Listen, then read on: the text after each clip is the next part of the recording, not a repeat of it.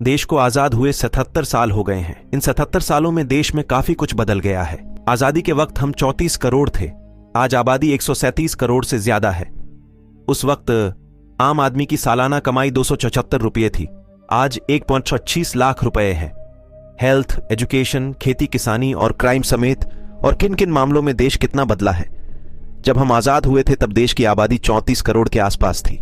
1961 में देश की पहली जनगणना हुई, उस वक्त हमारी आबादी 36 करोड़ से थोड़ी ही ज्यादा थी। 74 साल में आम आदमी की कमाई भी बढ़ी है। 1950-51 में देश में एक आदमी की सालाना कमाई 274 रुपये थी। आज के हिसाब से देखा जाए तो ये रकम काफी कम है।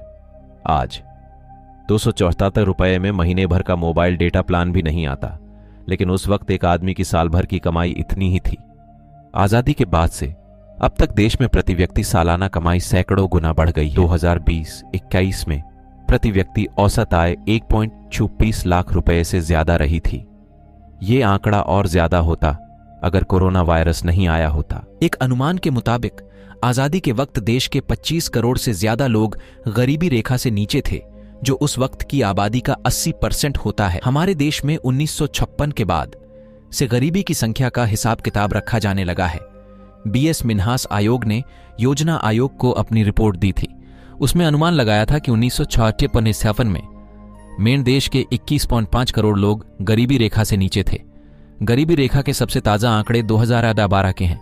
आजादी के वक्त देश में कितनी बेरोजगारी थी, इसको लेकर कोई सरकारी आंकड़ा मौजूद नहीं है। बेरोजगारी को लेकर national sample survey office NSSO ने 1972-73 में पहला सर्वे किया था। उस सर्वे के मुताबिक उस वक्त देश में बेरोजगारी दर 8.35% थी। सरकार की ओर से बेरोजगारी दर को लेकर आखिरी आंकड़ा 2018-19 का है। भारत कृषि प्रधान देश है। आजादी के वक्त देश की ज्यादातर आबादी खेती पर ही निर्भर थी। ऐसा अनुमान है कि उस वक्त 80% से ज्यादा आबादी की आजीविका खेती से ही चलती थी। इतना ही नहीं, उस समय देश की GDP में कृषि का योगदान भी करीब आधा हुआ करता था। योजना आयोग के मुताबिक 1974 में देश की GDP में कृषि का योगदान 86% के आसपास था, जो 2020-21 तक घटकर 20% से भी कम हो गया है। हालांकि इस दौरान कृषि उत्पादन में जमकर बढ़ोतरी हुई है। खेती से जुड़े कामगारों की संख्या भी बढ़ी है।